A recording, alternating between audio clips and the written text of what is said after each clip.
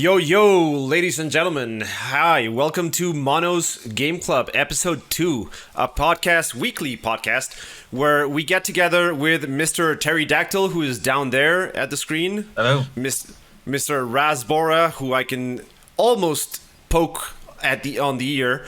And... Well, we're going to talk about, what games we've been playing, some video game news. We're going to talk Hell Let Loose, maybe some movies that we've seen and stuff like that. Just to, have some fun between friends and talk about stuff that we like. So welcome, everyone. Welcome. Let me know, please, in the chat if, audio levels are all right, if everything's okay. I am streaming currently using a dual PC setup for the first time ever. So, yeah, hopefully everything goes all right. Yes. All right. So, yeah, let's start with what have you guys been playing this week?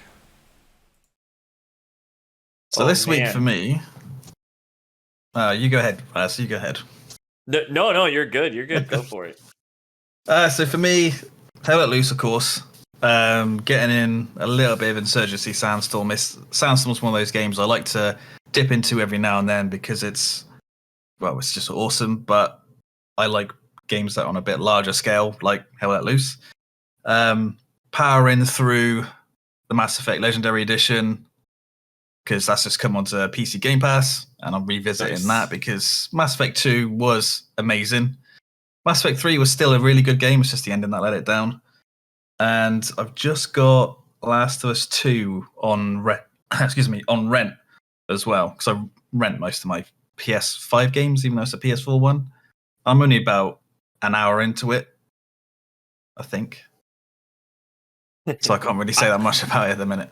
Yeah, dude, I can't play multiple games like that at a time. At most, I have my main game, which right now is Hell Let Loose, and then I will have my something else, right? Like one more game to keep myself a single player game to keep myself going. But it's very hard for me to do I don't know, I can't imagine playing Mass Effect and The Last of Us at the same time. I forgot one as well, actually. I'm replaying through Warhammer 40k Space Marine because Space Marine 2 got announced at the Game Awards? Oh, getting yourself ready. Did that get a date? I don't think so. Let's have a quick look. Yeah. I do the same thing, though. I always play, I play Hell Let Loose so much, and that's, obviously all of our, bread and butter, our favorite game, right?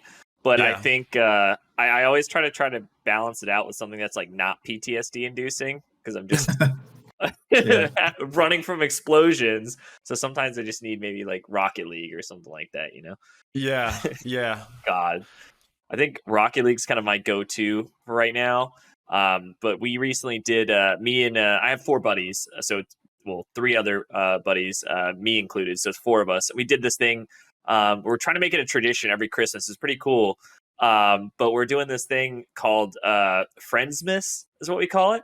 And basically one of us will buy a game 4 times, one for yourself and one for each of us. And so some of the games we played was this game called Paint the Town Red.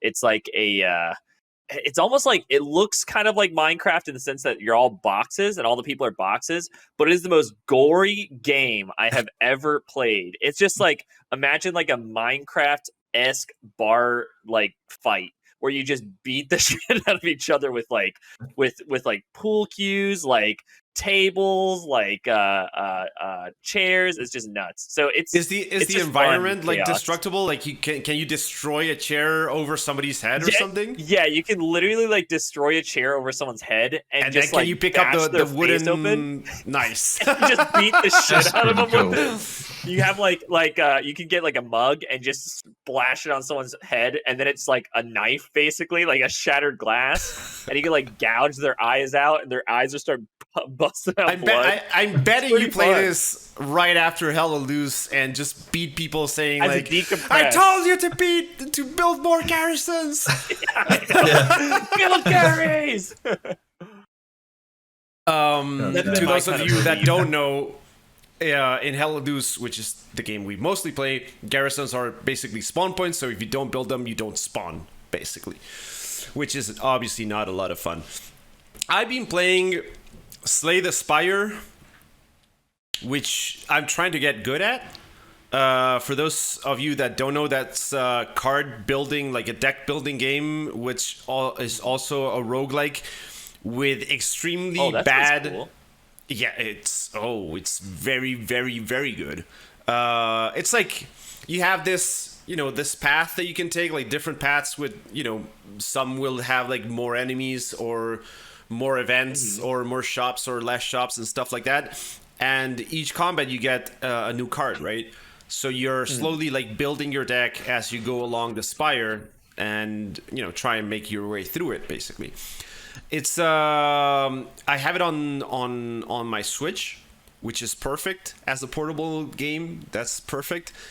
I've also been playing a bit of Burnout Paradise, also on the Switch. Love just that to blow game, off bro. some steam as well. Terry doesn't. Terry hates it. Terry hates it. I love that game. And let me think. Like, I'm definitely gonna play some. My brother's here visiting from Europe. And so we're definitely going to get together. I was thinking about actually maybe streaming tomorrow with him and playing some... Yeah, I'm playing some old arcade games that we used to play as kids here. Maybe like talk about some weird-ass games that we know and show them off for a bit. But we'll see what we do. We'll see. But I'm definitely going to be playing some arcade games soon because I really like arcade games. Well, this might be a strange question. Yeah. But I guess you grew up in Argentina, right? Yeah. So do you know if you guys had any like Argentina-specific games? Like developed by local studios and that, do you know? Yes. There was, not that I played, honestly, there was a very big RPG back in the early MMO days that was called Argentum Online. And this was like a Diablo 1 style top-down view with just the worst graphics in the world. And it's an old game done by maybe 2 people or something. I don't know.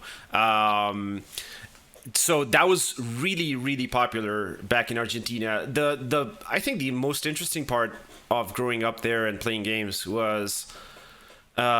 basically everything was pirated, right? Because we didn't... I mean, consoles were not affordable by most people, right? Even PCs, like if you were going to buy a PC game, that would be like way too expensive for us. So everything was pirated. My games, till I was like, I don't know, 18, 20 years old, everything was pirated. Not a single original one. That's awesome. And it was like back in the days with the diskettes, with the 2.5, 2 3/4, floppy 2.5. disks. Yeah, the floppy disks. I remember games were starting to come out on CD. There was this game called Terminal Velocity, which was really good, and the cost of the pirated game that you could buy somewhere was measured, like the cost was determined by the amount of diskettes that you needed to buy the game. So this game was like 40 discs or something, like Jesus. Absurd, because they just like basically copied the CD onto floppy disks. And so you, to install it, you would go like, insert one disc and it would go like then the other one, and then the other one, and then the other one, and repeat that for like 45 discs or something. It would take like an hour and a half to install something. That's crazy. Yeah, but that's that was awesome, dude. I have many stories about things like that from the pirate eras, the pirated time in my life. I think the only game we had pirated was Thrill Kill on the PlayStation. And there's a game that I think it was being made by Virgin, who do like broadband TV in phones over here, but they had a little game studio. They developed it. It was like a 3D environment beat 'em up that was incredibly gory, had characters dressed up in BDSM stuff. EA bought Virgin's game dev studio, but then EA decided not to actually release it because what's the name of the game? The content, Thrill Kill. And yeah, I remember getting that, but the game was rubbish anyway. We got it from a friend. We got him. Move in. But the game was like pretty rubbish anyway, so it was probably a good thing they didn't release it. I'm seeing some screenshots and it does not look. It looks like that very early PS1 3D game era where everything was as janky as could be, basically. Yeah, the perfect games, of course. Too funny. Yeah. That's been basically it. Yeah, nothing like crazy. Pretty much just Hell Loose, I think, is the main thing I've been playing. I do want to play Helldivers for some reason. I've been getting the itch. I know I talked about Helldivers in the past podcast. Oh, yeah. And I really, I don't know. I really want to go back to that game. And hopefully the studio that made it has supposedly been working on a game for like the past 5 years for PlayStation. So hopefully we get some news on that.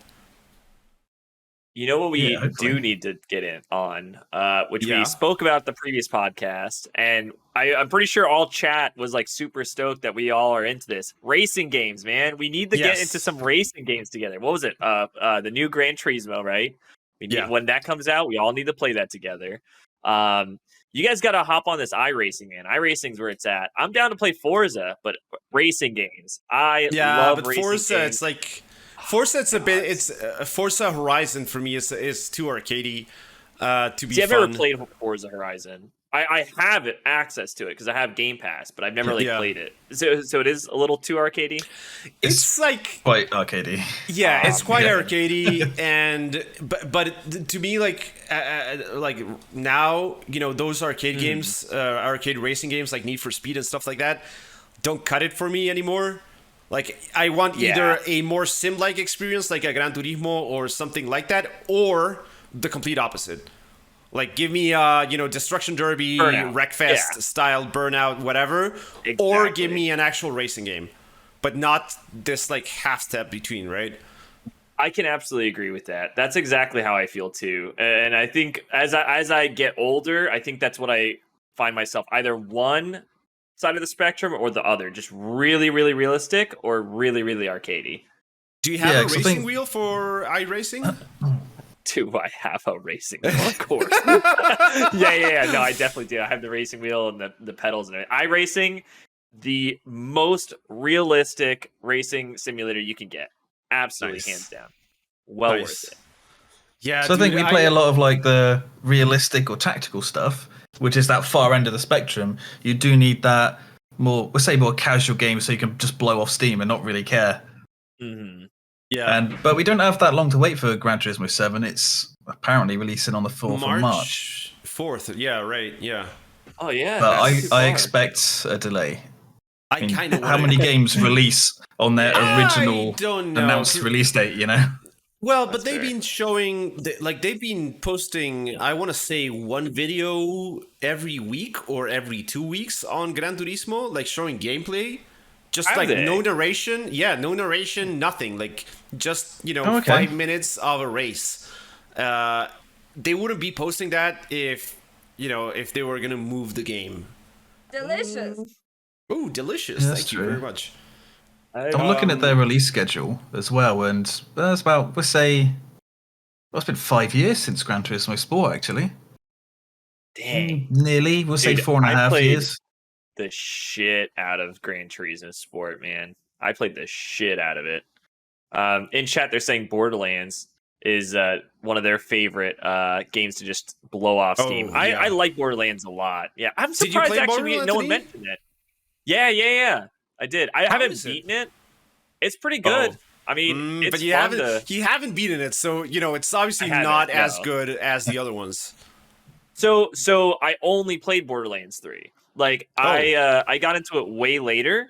And I was planning on playing it with my friends, but that was actually the transition where like we had PS4s. It was like the free game of the month or something, I think. But I don't know. We all got it, and then we all got PCs. So then we just never went back to PS4. So that's the only reason why I haven't gone back and finished it, because I was like, now I have a PC. Why would I play PS4? But that it's just Tiny the timing. Tina's Wonderland is supposed to come out this year, I think. Yeah, Pretty sure, right? Year. And I don't like that. Looks very cool. I really enjoyed Borderlands 1 and Borderlands 2 as well. Didn't play the third one. That Tiny Tina's Wonderland looks awesome, except for the fact that it starts with the name Tiny Tina on it. So, like that being a major character in a video game is like, no, thank you, man. Like I'm really gonna have to see, if she's like toned down or at least not as annoying as in the other game.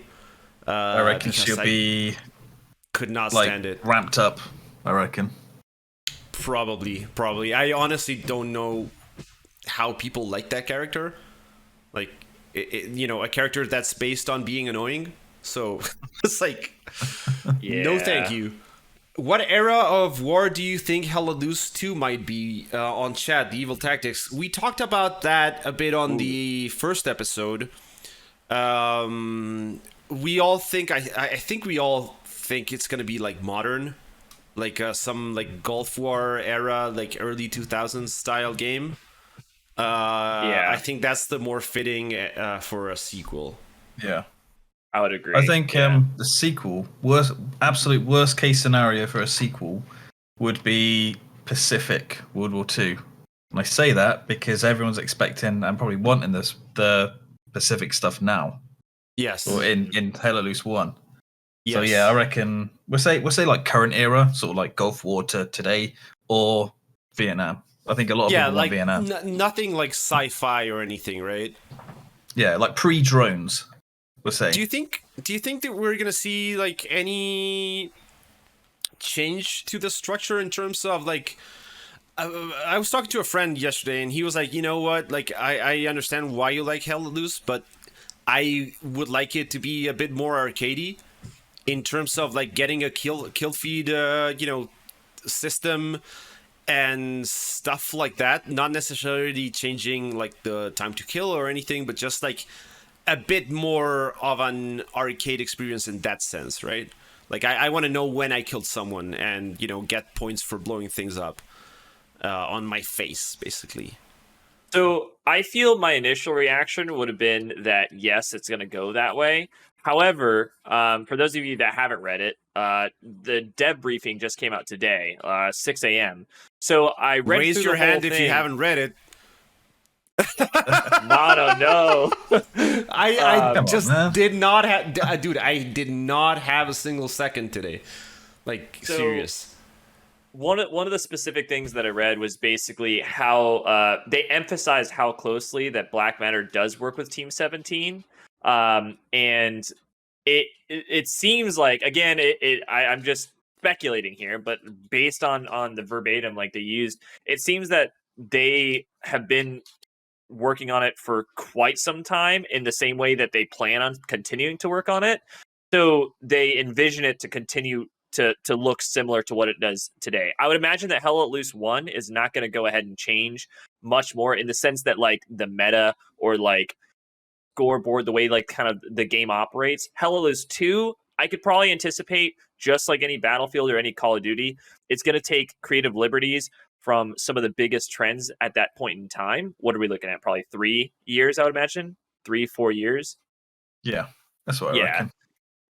So at that point in time, for example, like Battlefield, right? So Battlefield took a lot of the movement from Call of Duty, and like I think Call of Duty also kind of utilized a lot of the movement from Battlefield. And if you go back to like any Battlefield, right, like Bad Company 2, for example, the maneuverability and like the traversal is just terrible. I think we'll see a lot more modern trends implemented in Hell Let Loose, in my opinion, as the years go on. But I don't think I think it's going to continue to feel that niche of easy to get into. However, it is slightly hardcore. I think to get into.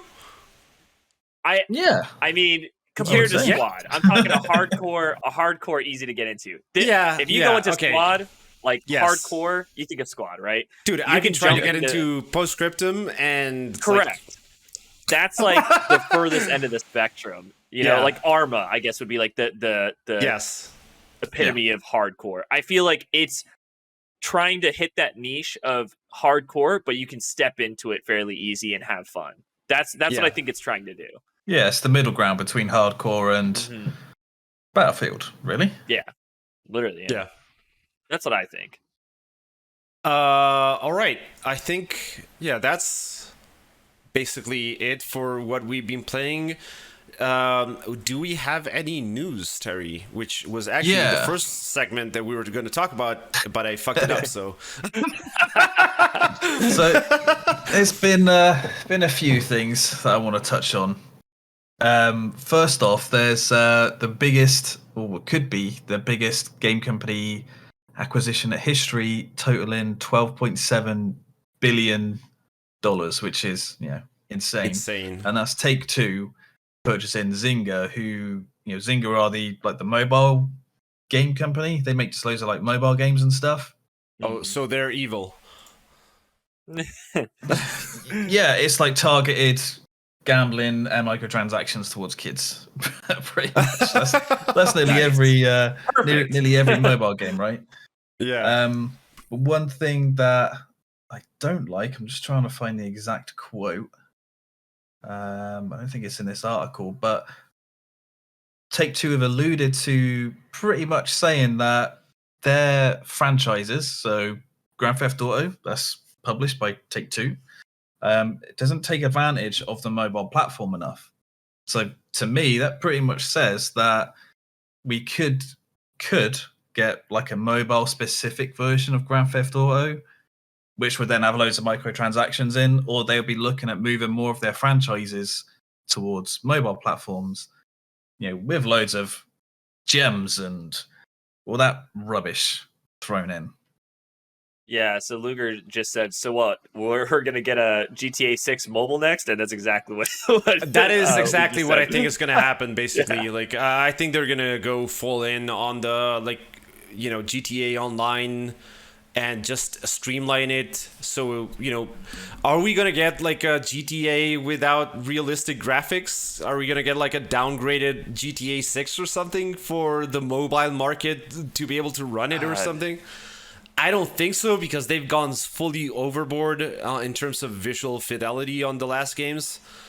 But I wouldn't be surprised if the online version of GTA were something different and more, at least to ensure co-op with, not co-op, but crossplay with mobile and stuff like that. Yeah, I mean they could develop a mobile-specific one, because they sort of did in the past with Chinatown Wars. I think that initially came out on the DS and then went over to the PSP and then mobile devices afterwards. So they may end up doing something like that. Maybe, yeah. Because, like you said, if you look at GTA or Red Dead, the amount of actual back-end tech they put into those games with the physics, and there's all those little touches they put into those games, like horse sweat, and you can see the muscles on the horse render. The mobile games can't do that. No. The mobile devices won't be able to handle it. I get it though. I mean, they're like the fact that just such a huge portion of gamers are on mobile now. They just can't not, target some of those folks. It's such a different type of gamer compared to what the audience that actually plays their games on console and on PC. Like, it's such a different thing and such a different kind of products that get offered on mobile that I don't know. I think we're slowly seeing with Battlefield and with Take-Two and other companies. Like, I see all these major AAA game studios that have basically abandoned the audience that built them, right? Like, Battlefield has just thrown Battlefield fans under the bus, right? and they are like interested in doing something else because that's where the money is. And I think we're gonna see over the next few years, like other, more indie developers taking those cake slices off of them. Maybe we'll get like a GTA style game from another company, or because Take-Two is clearly not interested in the GTA style of game that they've been known for and that people actually cared for.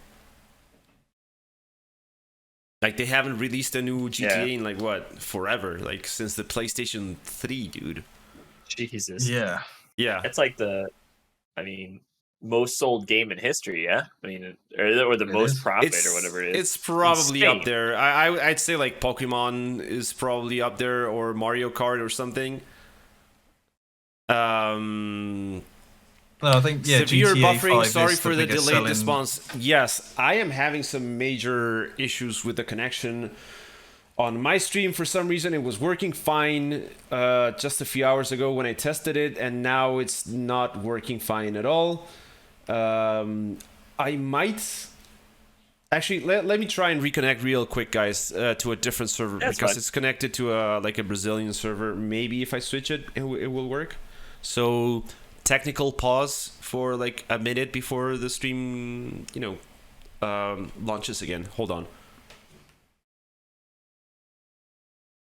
Yeah, but I don't know. Like I was doing the bandwidth test and everything. And I was like green with 6,000, and now it's like red and very, very low kilobytes per second. So I'm. Luger says elevator music. Yeah, Brief I was technical gonna. intermission. Oh man, it's still like. There we go. Okay, let me change a few settings here. It doesn't let me yet. All right, hold on. Too funny, Luger. We need that screen that's like the. Oh yes, this is soothing. Oh yeah, we got some. All right, I switched from like do this to the Brazilian server to auto recommended server, and now I'm getting 6,000 in the green zone. It's over 6,000. It's over. Yes, it should work quite well now. I don't have that on the Stream Deck. The over 9,000. Okay, now it's green. So everyone off of Raz's stream onto mine, because now mine is working. Get out of here! Get out of there! Come on! It does look more stable, no more buffer. Nice, dude. I am so fucking psyched about this new setup. I'm really happy, but I won't go into it because I can talk about it. PC. Dude, I could talk about what I did to set this up for the next half an hour. All right, let's move on to the next news article. Yeah, let's do it. Okay, so we're sort of bashing on Battlefield a bit, but there we go. One thing I noticed with the Battlefield 2042 player numbers, and this is when I was streaming on. I think I first noticed it on Monday or yesterday. No, not yesterday. It's Friday today, Wednesday. Is that if I talk about the player numbers as they are, I think it's as of 30 minutes ago, there's like 7,800 people playing Battlefield 2042 right now. On Steam. On Steam, yeah. And that's a drop of, we'll say 93% in player numbers from its all-time peak. Basically, 9 out of 10 players drop. Yes, 9 out of 10 players are not playing the game. But to make it even worse, so its 24-hour peak is 9,000. Well, just say 9,000. Battlefield 5, its 24-hour peak is 22,000. That's more than double the amount of people playing it on Steam. Oh, okay. You're looking at different numbers from the ones I have on screen here. Yeah, they're kind of similar. But it's basically the same, yes. Yeah. Battlefield 1 is catching 2042 in terms of 24-hour peaks. That's we'll say 8,300. And Hell Let Loose is sort of catching Battlefield 2042's 24-hour peak. Hell Let Loose in its 24-hour is, say 8,000. and that's been growing since November. Yeah, that's been growing. Yeah. Well, yeah. I mean, How Let Loose has lost players since its all-time peak when it came out of early access, but it's lost. Well, if we say if I say 14,000 to 8,000 in terms of a percentage drop, that's a hell of a lot less than Battlefield. And I'm going to be a little bit, maybe it's a little bit evil, but I kind of want 2042 to fail. It's not failed in terms of sales numbers. It's sold loads. So the development studio is safe. They're all fine. They've kept their jobs, hopefully. But I kind of want it to fail to send a message to EA to say, stop getting involved with Battlefield and let DICE do what they want. So what do you guys think? Well, yes, I do want the game to fail, like 100%. I do share that sentiment of, you know, like you marketed this as going back to the Battlefield roots in all those trailers, like the Rendezook and a trailer, you know, like showing these classic Battlefield moments, you know, the C4 on the Jeep blowing up the helicopter and stuff like that. You know, all of that good stuff from the BF3, BF4 era, which was previous to BF1 and BF5, basically being a bit different from that, right? And then what we got was nothing of the sort, right? We didn't get a return to classic Battlefield. We got the exact opposite. We got a new take on what Battlefield should be, if you want to frame it that way. We got the specialists. We have this, you know, maps that were designed to copy paste. Most of them play the same because they are the same, big open areas with tall ass buildings. So we got a really, really poor product. And I don't think, like, I was, after the beta, you know, Terry, we talked about this and made videos on this.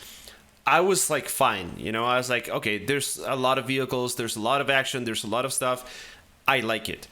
But then having played it a lot more, obviously the design flaws have become way more apparent.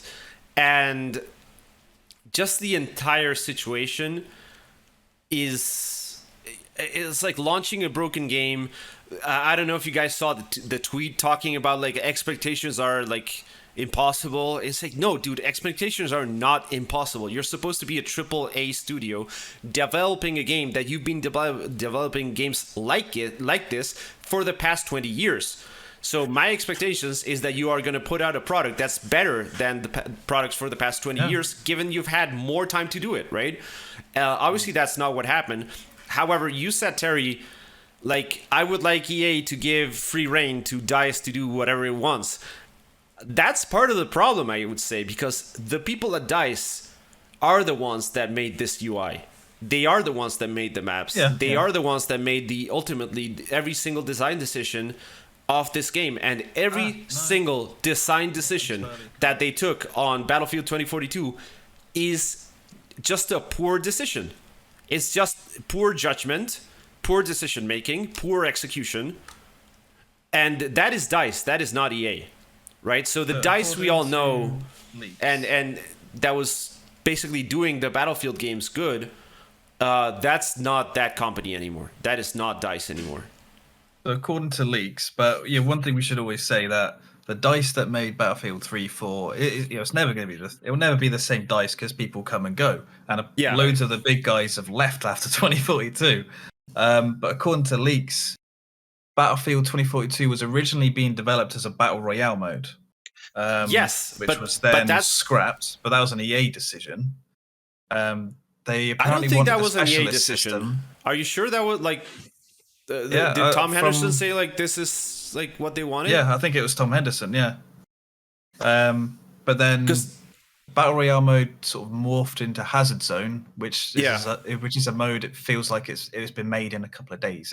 It feels like a prototype that someone's put together to say 100%. Try this, and then we'll develop it more.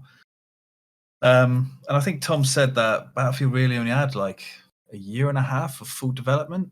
Yes, as a Battlefield, 2 warring armies game, it had like a year and a half. Yes. Yeah. But yeah, right. Which is, what do you think on that? Yeah. All right. So I am like the biggest Battlefield fan. Like I love Battlefield. I like even for every single Battlefield that's come out, like I've always been like, it's gonna get better. Like Battlefield 4, right? Battlefield 3. Those were terrible at launch. Like Battlefield Yes. 4, my favorite thing Say was, that to every was Battlefield planes. game, probably. Yeah, no, exactly. Like Battlefield 4 was my my favorite, one of my favorite games. But like I remember at launch, I'm sitting there No trying audio. to fly the plane.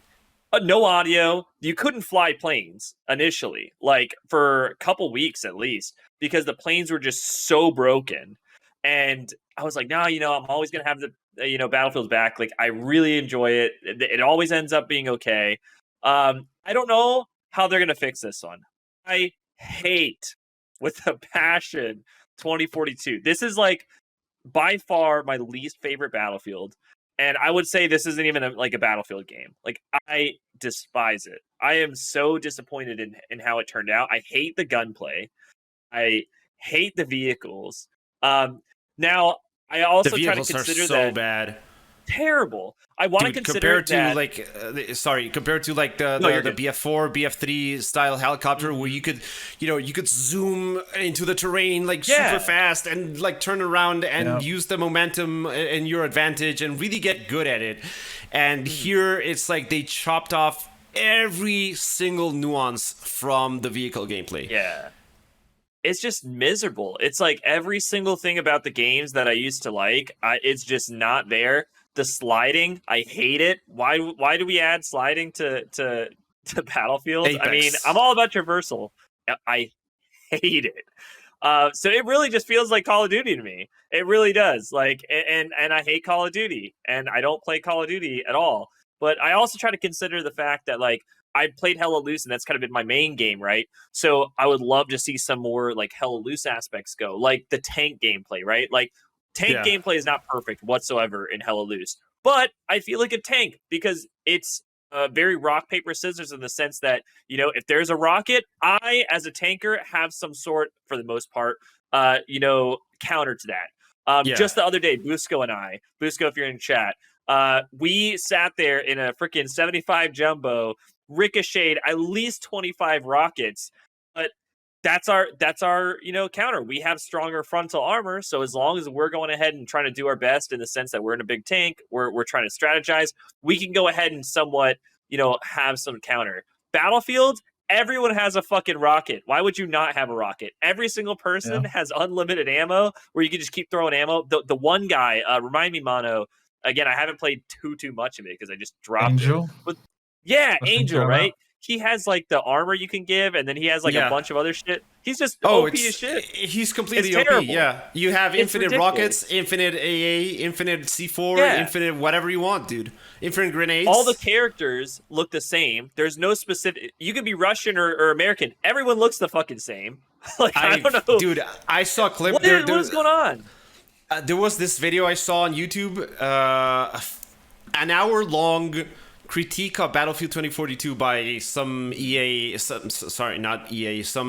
like esports Battlefield dude, right? He said like, I've been playing Battlefield since 1942 in a competitive, scene, in the competitive scene basically, and he did this hour-long video on YouTube. Very interesting, I found it.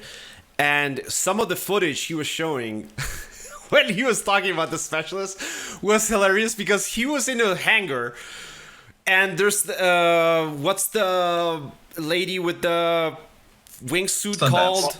Sundance. Oh, there were 3 Sundances with him, right? So he would look to the side and there were like 3 friendly Sundances, and suddenly he looks at the enemy team, and attacking him are like 6 other Sundances, and they all look the exact same. So it's like this nightmare, like dreamlike scenario where like people are being repeated. It's almost like you're playing some old ass game where the NPCs are all repeated, right? And they all look the same. It's just crazy. Like, who played that on any level and thought like this is okay? That's like, that ultimately for me is somebody inside DICE gave the okay on that one, because it's How? And that to me is just like impossible. Like how that shows that they are not capable of making the correct decisions. So I don't have much faith in the future of the Battlefield franchise, because to me, I said it in my video, it's like, if you ask these people to prepare you a cereal, they're gonna pour, orange juice onto the cereal instead of milk, because that's the level of decision making that they are at.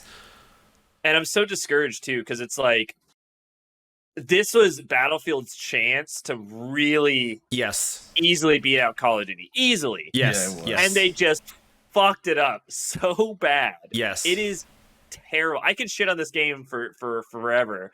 And I am the biggest Battlefield fan, but I was just so disappointed. And like, I don't know, I know a lot of people didn't like Battlefield 5. And we maybe talked about it, not last one of the best podcast. In the series, I think.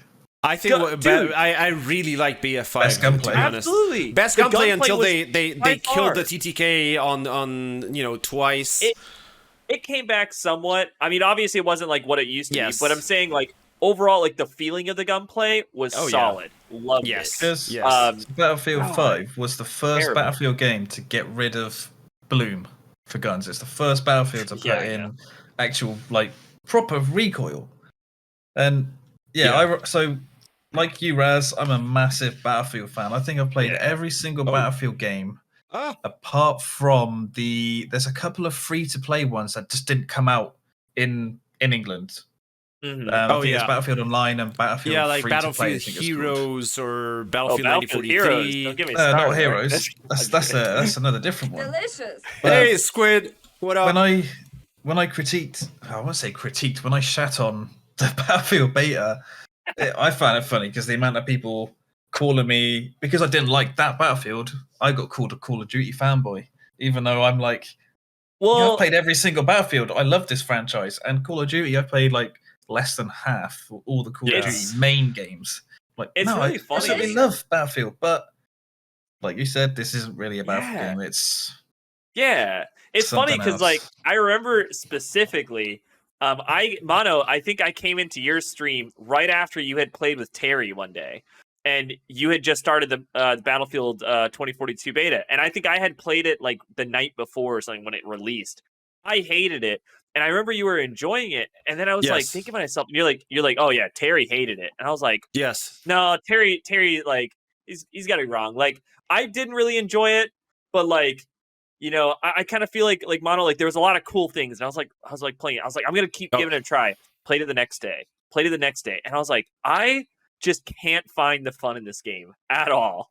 And then like soon after, Mono, you're like, I played it more, and it's fucking terrible. And I was Maybe it was just we were thinking, we're like always like this is a Battlefield game, it's always gonna be fun. There's always gonna be, and we're just trying to find it, and you just keep playing it, and it just keeps getting worse for you. That's how I felt like it was. Yeah, I truly feel like it's a curse of everything being mediocre. So everything at first glance is like, like the guns are not perfect, but they're not awful. So the vehicles aren't perfect, but they're not the worst. And then suddenly, every single aspect of the game is like a 5 out of 10.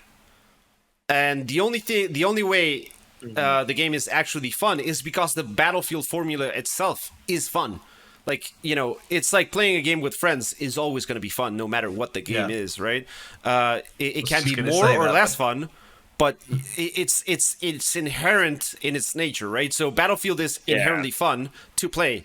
The problem is, it's just everything is like so middle of the board that is just annoying. And the more you play it, the more you realize that nothing is actually really good in this game. It's just all bare bones, as that 5 out of 10 line basically. Another piece of news on the Battlefield front, right? Yeah. So I think in chat, which here, is says, just with hilarious.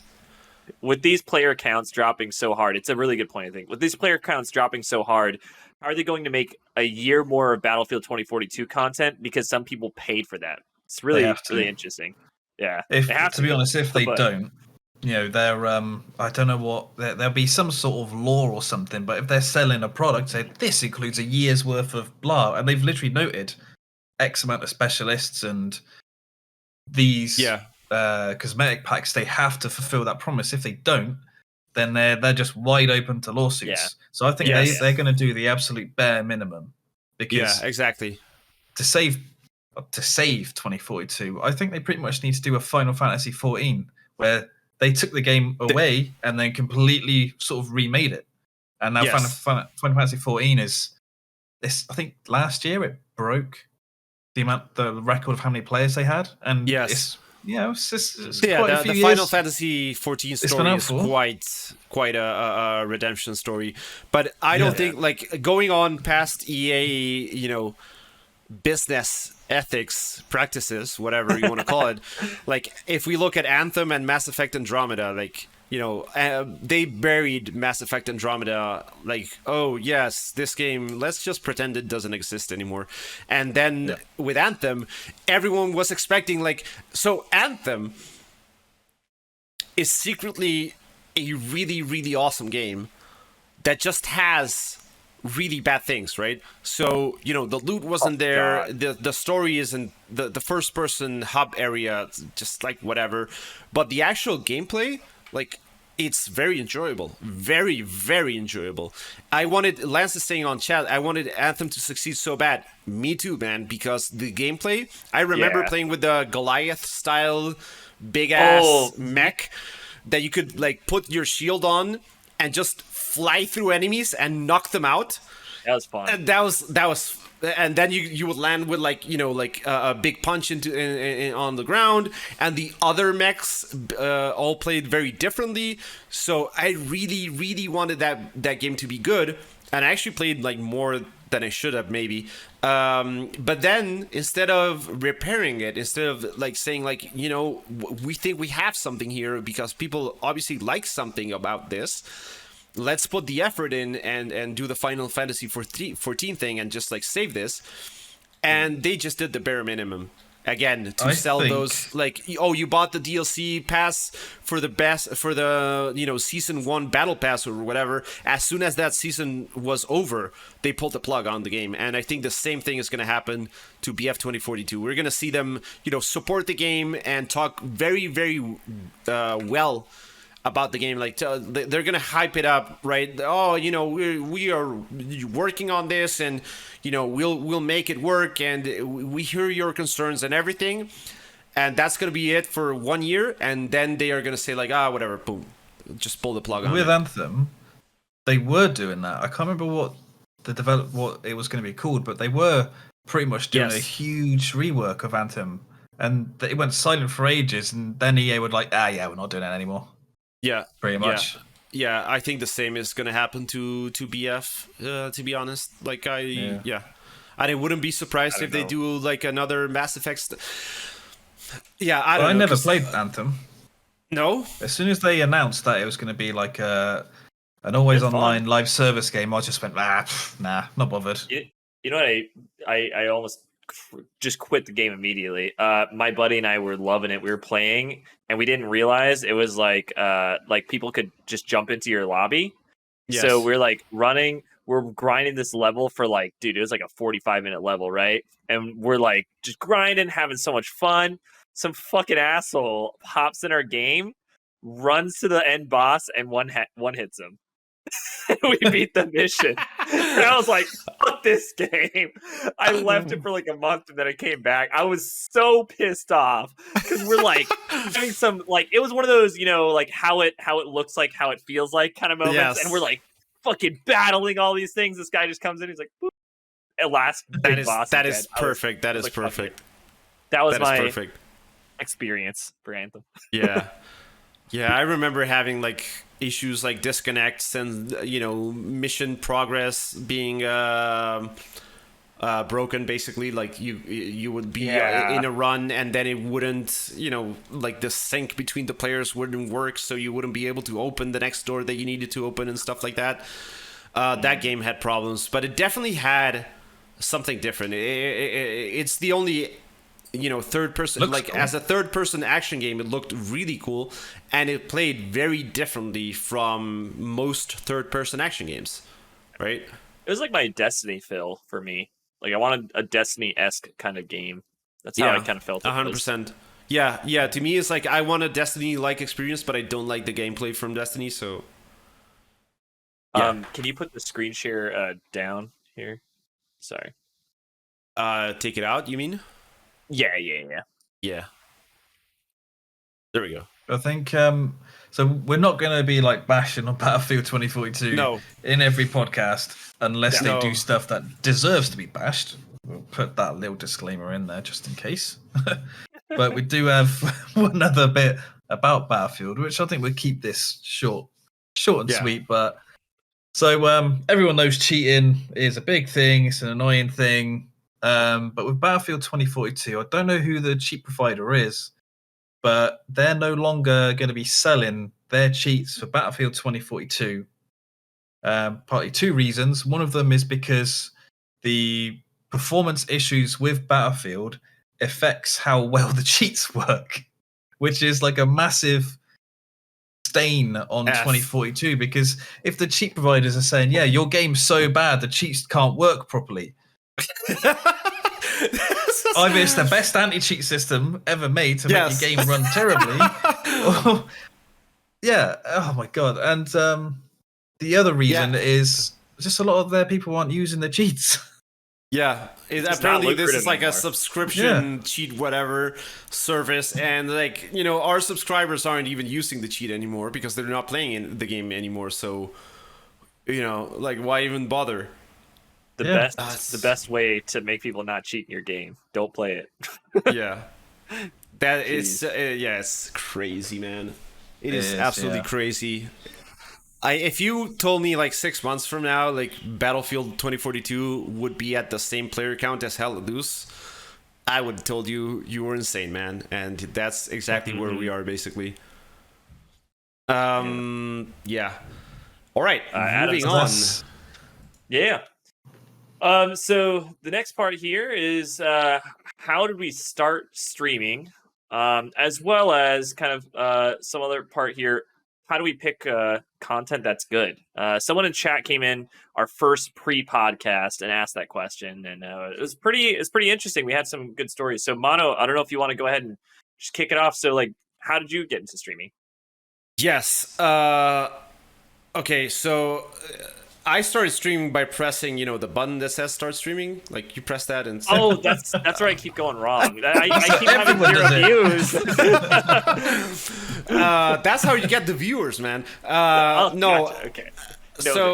I started YouTube and I started streaming. I worked for a big company, big like multinational products company, and I was an engineer, right? I was a chief distribution engineer, and the corporate world started taking a toll on me really, really badly, right? A lot of practices that I was personally not comfortable with. Like one of my first jobs when I landed here in Chile specifically was to renegotiate a debt that we had with a transport provider, because when the transports come to the bodega, what do you call it in English? It's the warehouse. When they go to the warehouse, you're supposed to unload them, right? Or you're supposed to fill them up and send them on their way. So we had a lot of them like come to get unloaded, and they would wait weeks until we had capacity at the warehouse to be unloaded, right? So that obviously incurs a cost for the transport provider, because he has to have the guy there, and it's a truck that's not being used, right? My first job there basically was like, okay, we have this $80,000 debt with our provider. We don't want to pay that. So try and negotiate so we don't pay it. And I was basically asked to strong arm the provider and say like, yo, dude, we can pay this and not work with you ever again, or we can not pay this and you keep working with us. Right? And dude, like stuff like that every single day, right? Like stuff like lying to the people under me about being able, this is going to be like this Reddit slash, anti-work subreddit rant. That's been popping up everywhere, man. Yes. And, for these reasons, basically, I lied to the people that worked under me about their chances of getting a raise. And I would get the raise because I was like the engineer, and, I would get like a 10% whatever raise. And they would get like a yearly 2% raise because they are like low qualified workers that I can replace at any time. But then again, if they don't show up to work, we don't sell anything that day. So it's this double standard. And yeah, things got bad basically. And it all came to a grind when the company got the tax cuts from the Trump tax cut movement thing that he did, and they used that money to fire 15% of their workforce, including me and most of Chile offices basically. And the thought of going back to work in a similar style of environment, I had a month shortly before I was fired. I had to take a month off due to stress-related issues, basically. I was just exploding at home with all the pent-up, everything, right? And so, the thought of hopping back into the corporate world wasn't really enticing, you could say. And out of all the people in the world, it was my mother that told me, like, yo, you love talking in English, you love, playing games, you've always liked talking about them and showing them to people and stuff like that, and you've always wanted to do something like this, so why don't you just do a YouTube channel and do it and see if it works? So I started YouTube, while I was also looking at different options, like starting a pizza selling thing. My wife started working, so a bunch of different changes. I started the YouTube channel Mono Espacial in Spanish. Did that for like a year. Then I switched it to English, and that's when things really started working, right? Because it took me like a year to get 500 subs in Spanish, and then it took me a year to get 1,000 subs. Sorry, not 1,000, 10,000 subs in English. So obviously, English is the way to go. And basically that is the story. I think also the part of the reason why I started this, like the YouTube and the Twitches and everything, is because, games are actually important to me. Like, I think games have shaped both my friendships throughout my life and a lot of my experiences, and I kind of wanted to document that and share that, as you will, for posterity, for my kids and stuff, to understand like what kind of person their dad was, and yeah, like see that side of things, I guess. So yeah, that's and more specifically, like I started streaming heavily like a year ago or something. It took me a while, I'm gonna say, to get my English level to the point where, so the first YouTube videos that I did, I would write down every single thing that I would say, right? And I would just read that off, because even though I had good English, I hadn't used it in basically the past 15 years. In a regular basis. So I had to do that to be able to record the audio properly. And now I'm at a level where I can talk English, right? I can talk for hours and hours and hours comfortably and without hesitating, which isn't something that I could do like 2 years ago. So when I was feeling comfortable with my English, like that's when I started streaming to 0 viewers, obviously. And that's obviously grown up. So yeah, that's crazy. Yeah.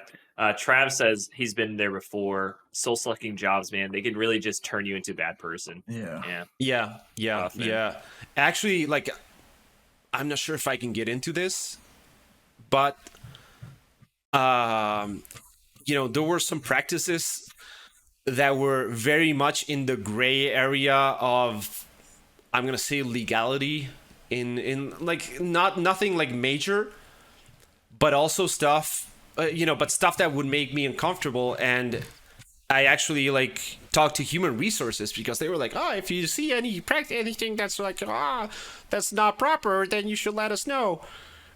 But obviously, when what you're seeing is the reason why the company is making money at all, and you go and say like, hey, maybe we shouldn't do this anymore because it's fucked up, they're not going to be on your side.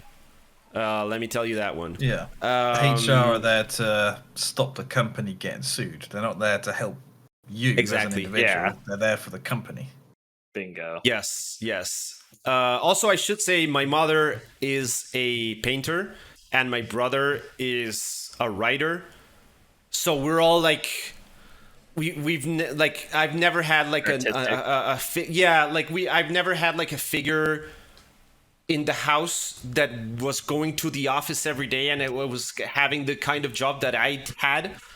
So obviously I think that was easier for my family, I guess, to like, yes, I am gonna do a YouTube channel, right? And it's gonna be fine, right? Because like that's been the way things have been in my family, basically. I was gonna say one more thing. Oh yes, another ethical dilemma for the company. Instead of giving away products that were close to expiring, to maybe the people that had just suffered an earthquake in the northern region of the country and were kind of in the need of help, because after an 8.3 earthquake, shit goes wrong. And we had $250,000 worth of products that could have helped those people, but instead, not to devalue the brand by giving away free stuff, we just bought triturador. What do you call it? I need a Spanish translator. Incinerator? Yeah, basically an incinerator. Not an incinerator, but like a steel, like destroy like things. Compactor or like a trash compactor. Like a trash destroyer compactor thing. That's a technical term. Yes, and we would have a truck load of destroyed products going out of the factory like every week or every day or something, destroying $250,000 worth of products. And we were like, yo, why aren't we donating this and instead spending money to make sure nobody gets this? Like, we're losing $250 already, $250,000. We're losing now more because we had to buy this to destroy that, right? And we have to buy the trucks to ferry this shit around to the like dumpster. And there's people that are in desperate need of this, and we're actually paying money for them not to get this, which Crazy. It's just like, imagine doing that to a fellow human being, right? Like, that's I always like go to with the analogy of like being stranded on an island with someone else, or like a small, like you go to like a tribe in the Amazons, right?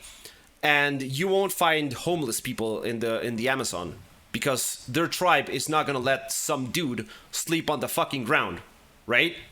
But if you go to like London, there's homeless people, right? And that is just fucked up, man. It's fucked up. Trav says in chat, I worked at a place where we did that, thousands of dollars worth of stuff. Although we that worked there, we got to pick anything they were throwing away. But if we gave it away or sell it, we would get fired immediately.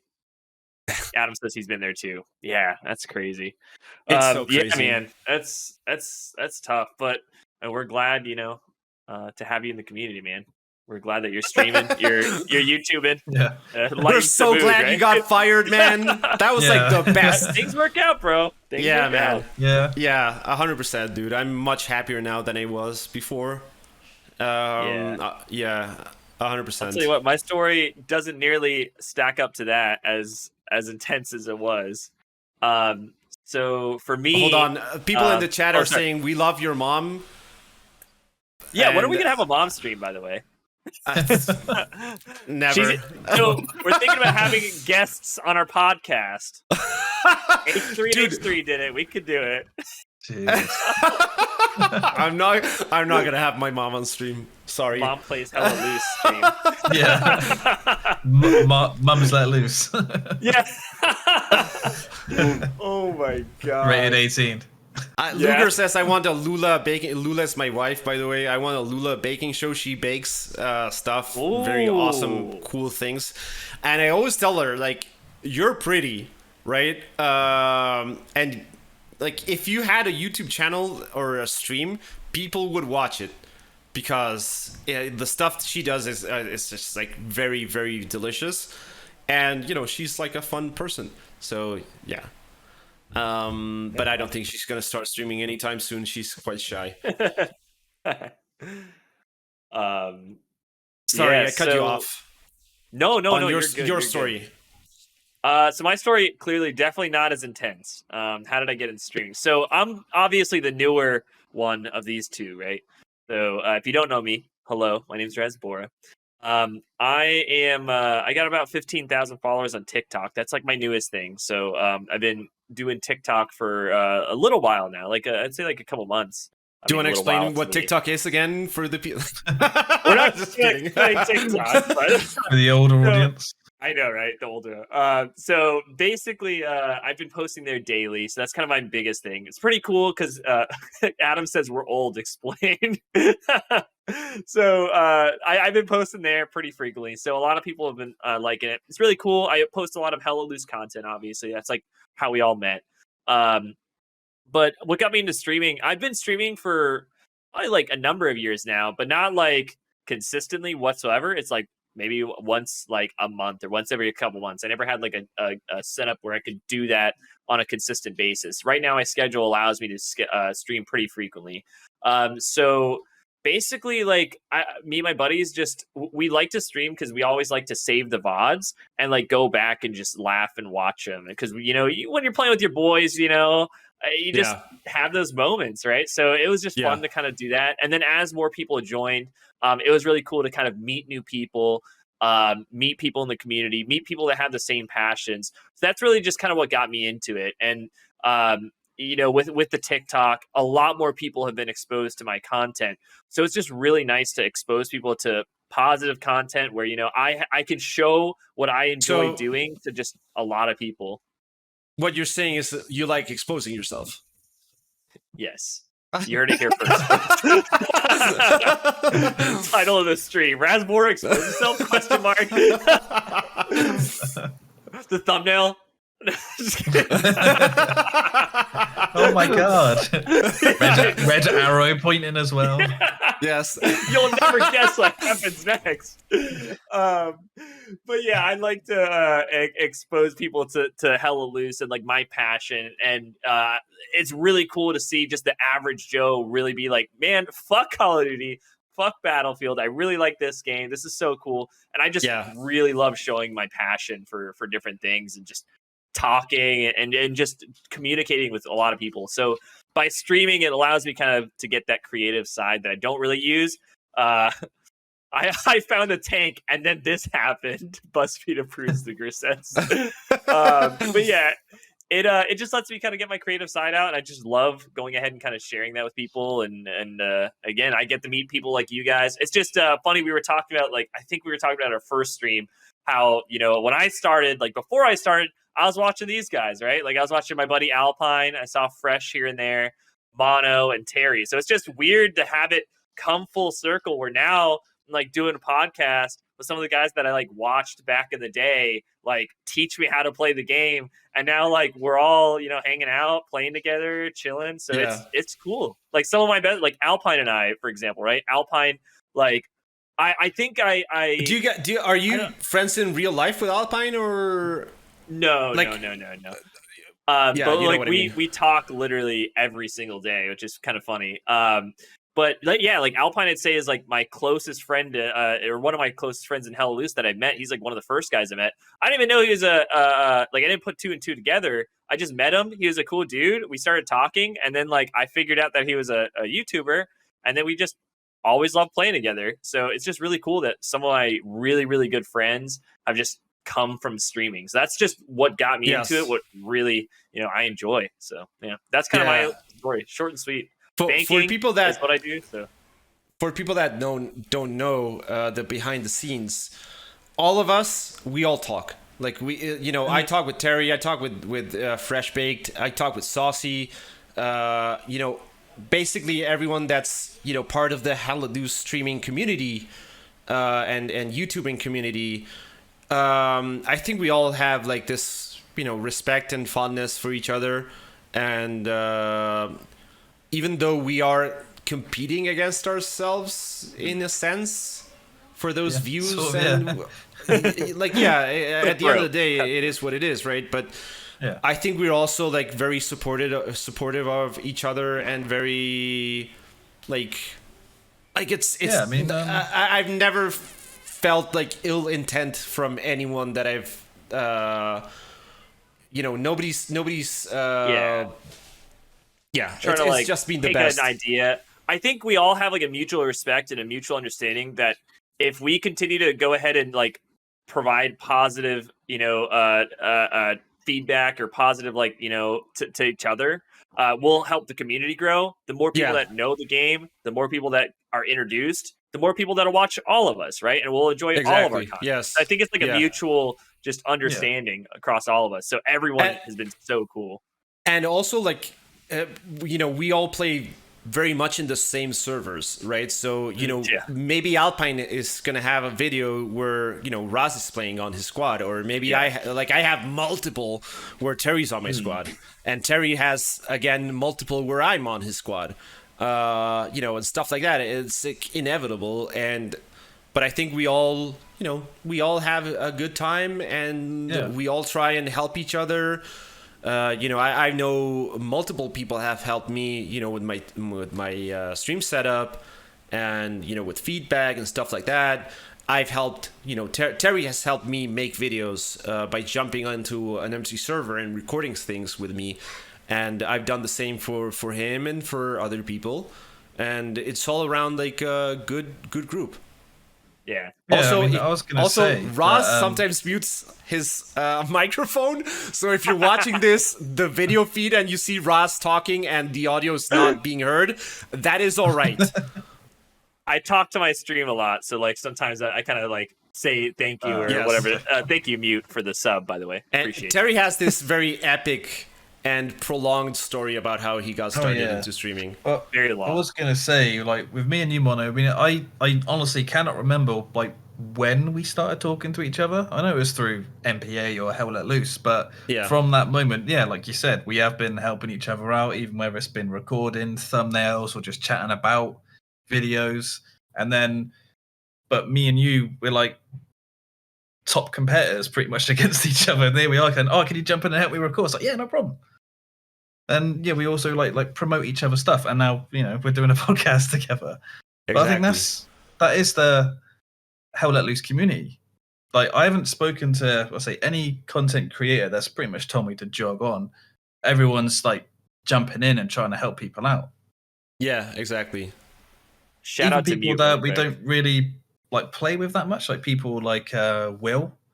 I don't know if you guys watch Will on Twitch. Will67, I think his name is. Jump in there, start chatting to him, and he's just like, he's awesome about it. And he'd be like, yeah, shout out to this guy. Yeah. I think it's just something different. But if you look at Call of Duty and Battlefield, it's maybe not as friendly, I would say. It's a more individualistic game to begin with, right? Also, I just want to make apparently shout out. Yeah, Raz got Lance. Thanks for the gifted subs. Yeah, Jesus Christ. Thank you so much for the gifted subs. 10 gifted subs from Mute. Thank you so much. Just have to make a shout out. Mute is Lance. His name is Lance. Yeah, so we're going to call that get it. You got the Lance. You got Lanced. I got Lance? Dude, thank you so much. Crazy. Yeah, thank you. Big Lance. Straight up there. You guys want to hear my story, right? Of how I yes. started on YouTube. Oh, Drum roll. wait. I still sit back and recline for this Epic one. story. Well, I'll make it. So it started out as for a few years. My friends were probably like, "You should do you should do a YouTube channel. You should do something." And I always thought they were just joking. But then, hang on, let me get the URL out. I did start a channel. This Pterodactyl isn't my first channel actually that I started. Exclusive. The first channel I actually started, and Rasbora I'll put it exposes in himself, your, and we learn about Terry's secret YouTube channel. Terry's dark secret. Oh my gosh. And I'll put Terry's it in your link, in your chat, Mono. Yeah, 'Cause, Rainmaker. Yeah, but the channel name, Mr. Scopy, that's the name I used to have. And Yes. it's just pretty much full of PUBG highlights using the GeForce highlights or Shadowplay highlights. Mhm. Yeah. And how many years did I upload stuff? I mean, there's like 500 odd videos on there, I think it said. It's just Really? like kills, multi-kills, weird stuff that happens in, Oh, that happen yes, in there's a PUBG. bunch of them. Yeah, Triple and kill. one of them even made it onto the website Kotaku. They used to do this Oh, yeah, highlights of the yeah. week thing. And Highly real, right? Yeah. And Yeah. one of my videos got in there. It's the top viewed one. PUBG, please. Yeah. And Important question. That was hilarious. From the chat, Luger says Rainmaker 68 because Rainmaker 69 was taken. No, because when I first made the Rainmaker 68, I was really young and pretty much I was too embarrassed to put 69. And I was like, I can't put 69 because of what 69 is. I've got to choose something else. I'll put 68. What a pretty much it. We've reached peak British. And so this is funny. like That is teens, the British right? moment of the week, sponsored by Pterodactyl. Oh my gosh. Yeah. Wow. And then what led to Pterodactyl was what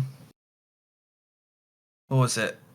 I mean, I had a good job. I think I'd started on a support desk in a new company, which had got a nice big wage increase from leaving the other company.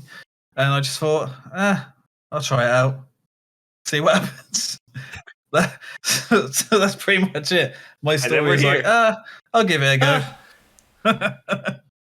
I gave myself like a time limit of, I think it was a year or two to see if I could get any traction. And well, yeah, I did. So I thought, might as well carry it on now. Yeah, that's so funny. That's crazy. It was funny because one of the questions we had asked previously was like, does your work experience, like your real life career experience, have anything to do with like, or any translation of skills to what you stream or your content creation? And I asked Terry, and what was Terry's response? Nothing. He's like, no, not at all. I would say mine would be like I used to talk on the phones a lot, so I'm able to multitask. So when I stream, that's why I'm able to like read the chat pretty fast. Because like when I was on the computer, helping with the bank, because I work at one of the biggest banks in the U.S. I would be in customer service trying to help the customers, and like I'd read chats or look up stuff while I'm keeping a conversation. So some people came in the chat, they're like, "How are you able to like do that?" And I think that's one of my things that have helped me be like. I did do 9 years in a call center, so I could say, there you go. The same thing. Yeah, that's what I'm saying. Now with what I do now, I pretty much sit at my desk on my laptop, working away. Customer might email in to me a couple of times a day. That's it. It doesn't. The current job doesn't translate. Yeah, too funny. Yeah, my expertise does not translate to YouTube either, or streaming. I don't know. I think it does. Because you were an engineer, right? And we were talking about this last time. Like, you're able to really be analytical. And that's what I like about both of your videos is, like, you guys are very analytical. I can't do that. Because I just kind of look at things. You're a wild cannon. Yeah. But you guys are so analytical. And I really appreciate you guys are, like, able to break it apart and really break it down. Because for me, it was super helpful. And I know for all those other people that watch the videos, it's really helpful. So I think it does for you. Yeah, that is true. Like Lula, in fact, like always tells me, like I am like one of the most analytical persons that she knows, right? I think about every single aspect of my life in detail, right? And about everything basically, which is, you know, not the greatest for your mental health. So don't do that. But also, like, yes, that allows me to do those, you know, the videos that I do, because that's the level of attention and detail that I see in things basically. All right. Lastly, how do we pick content that we think is good? I mean, for me, it's quick. It's TikTok, just quick clips, man. Like 40 seconds, boom, boom, boom, and I'm done. That's me. The cool moments, pretty much. Yeah, that's it. Yeah. Super. That's why it's super easy. Yeah. For me, So it's... Okay, you go, go Terry. No, you go, Mono. For me, it's... so, you know, I've been... like, on one side, there's the Hello Loose side. And in terms of that, a lot of that is what I see lacking in the games, right? Like, if I'm playing a game and, you know, I see people doing dumb things, like, I will think, like, oh, maybe that's something that I can include in the video. Like, you should build more garrisons. The half tracks! Yes, or rage. Don't use the half tracks to, like, drive into the enemy point, right?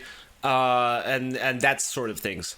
And on the other side, when I'm doing a video on something like Doom, or, you know, the other videos I've done on Ghost of Tsushima, stuff like that, like, I know I have my analytical side where I can dissect the gameplay or dissect the you know, the things going on in the game and try and explain those, or try and like teach in a sense.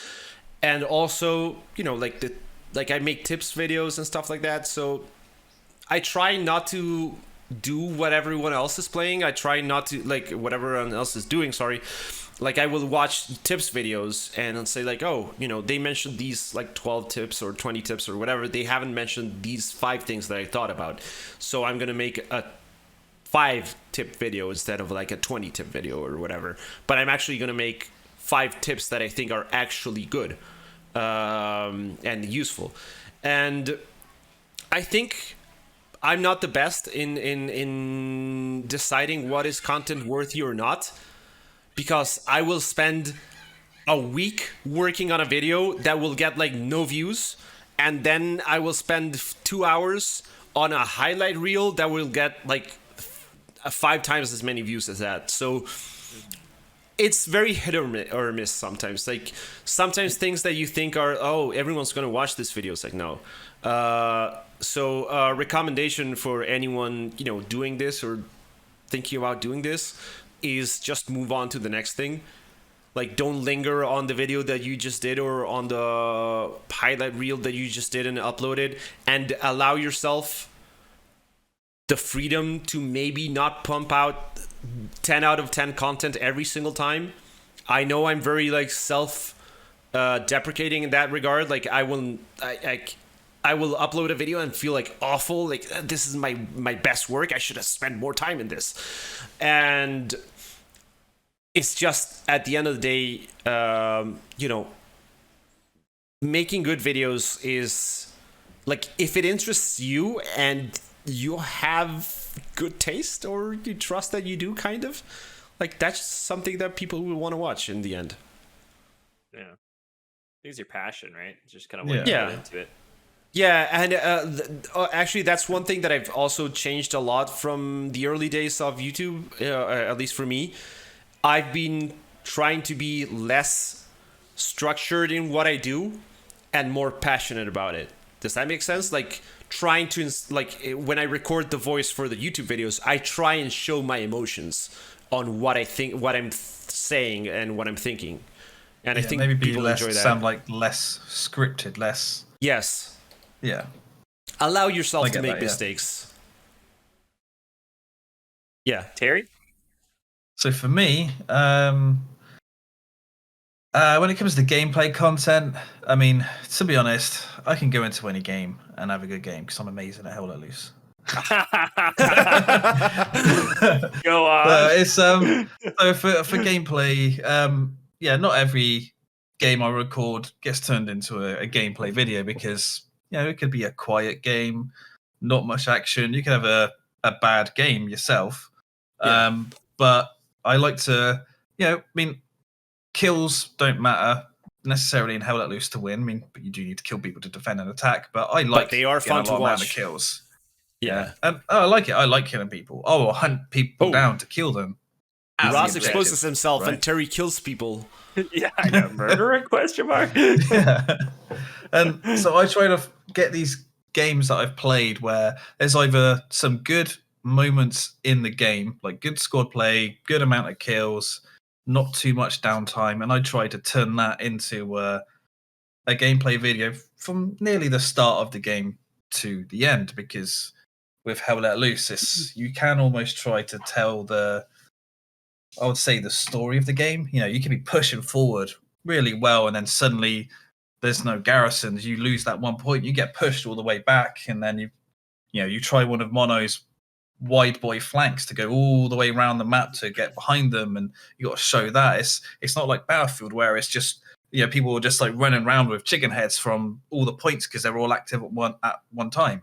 With Hell Let Loose, there is more of maybe a structure to it, or you can show the plan a bit more. But then there's the kills. You like seeing the kills and the crazy headshots and the ding. Everyone loves the ding. Right? There's definitely a narrative aspect to Hell Let Loose in a way. Yeah. Right? Yeah, exactly. And I think speaking of narrative, Fresh Baked Goods does a cool job of narrating some of his initial videos and explaining. I think it's really cool. I don't watch YouTube videos on Hell Let Loose. Bro, I watch all you guys. I don't watch anything. I maybe have watched 4 of Terry's videos, and that's it.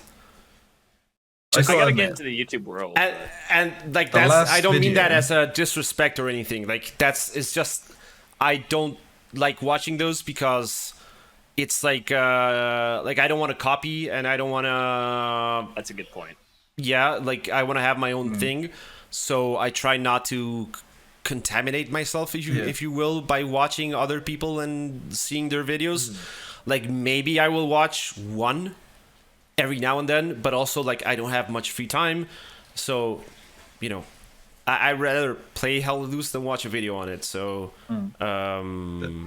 yeah, I gotta admit, the last video of yours that I watched, Mono, was a video titled "We Broke Hell Let Loose." It's a video that you released today.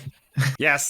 Same. I usually watch. I usually watch your videos. That's the. I mean, of course, I don't watch all of them. There's some some of the map overviews I'll say I don't watch because I'm an experienced player, I would say, and I play with you pretty much all the time. So I'm I know what Mono's going to talk about in this. It's going to be good stuff, but I know it already. Yeah, I watch all you guys' videos.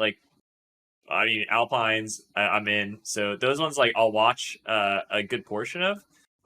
Fresh's, I'm in. So I watch his. I watched you guys's. I really liked your video today. And then Terry got me into Sandstorm, so I want to play Sandstorm. Oh, man, I need to download that. I downloaded it the other day, and I don't really remember what happened. I think I tried it on stream, but it was very late, so I don't really remember. I don't think I was able to play. I think I had some connection issues or something. But I'm kind of low on space on my PC, so I need to, Same. I've been dude, every single time going back to Battlefield, dude, I see how much space Battlefield 2042 is using in my PC, and I'm I think that's gonna be better served elsewhere. I think I could use that spot for Insurgency or some other game instead of this. Yeah, I need to get on Insurgency. I played it once on a free weekend. I really enjoyed it. I do find it really good. Yes, I did. I remember really enjoying it. So the gunplay is amazing. That's what I really like. I want to get into the gunplay of it. But yeah. And when it comes to the guides and stuff that I make with Hell Let Loose, I've been heavily inspired by Wacky Jackie 101. Big PUBG creator. I've heard of him. Yeah. Oh yes, PUBG. he was the guy that would test like the sounds, right? And Yeah. like yes, I remember he did like a bunch of yes, I know who he is. Yes. So if you notice, he's made loads of guides getting into PUBG, guides on the weapons, like you said, guides on the sound. And then if you look at my channel, it's sort of the same stuff, but for Hell Let Loose. Because, I think, well, that's all good information. I think players are going to want to know that. So I've kind of been inspired by Wacky Jackie. And someone did leave a comment on one of my weapon videos calling me the Wacky Jackie of Hell Let Loose. I was like, I think I saw that, yeah. That's funny. Because that's what I was going for. Funny. Yeah, nice. And with guides, I think when you're going onto YouTube, I think you want one of two things: entertainment or a question answered. And that question could be, how do I kill this boss? How do I get better at this game? How do I do this? How does this work? And that's what the guides, like fulfill. They answer that question. Yeah. Guides That's a are good actually point. great to get views, because people are always going to search for that. And they have what you call like the long tail, right? Because there's always going to be new people to the game that are going to need that are going to search for help, right? So that's always going to be a relevant thing. While Especially with Hell Let Loose, because there's no tutorial. So it's like even more so. Yeah. Our It's days like, how do are I play? There's nothing. I've got videos that were released. our days are in, numbered June because the day we 2020. release a tutorial, our views are gonna tank this crap I know. out. They're all obsolete. It's like what the tutorial doesn't tell you. That'll be the next video. That's the video. That's the next video. All right. All right, guys. Here, right? We are at an hour and a half. So we are gonna we're definitely gonna end things here so they don't run too long. Thanks everyone. I forgot to mention one thing. I don't know what intro music I'm gonna use for this one, but every single week, every podcast, we are gonna use music from a video game. So if you want, leave us a message, letting us know what kind of video game music you would like to hear or what track specifically you want to hear, and we will use that as an intro. Hopefully we can have a different one every day, hopefully every time picked by our audience. The email address for the podcast is monosgameclub@gmail.com. So that is MONOS gameclub@gmail.com. Monos Game Club. So that's going to be it. Send us your questions, send us your topic recommendations, what you would like to see discussed, and hopefully what awesome video music track you would like us to use as intro. And no more Battlefield 2042. We've shit on that game enough. Oh no. We have to have a weekly BF 2042. You could have an entire chat on episode for moment. Battlefield. Yes. All right, guys. All See right. you later. Have a good one. Thank you, guys.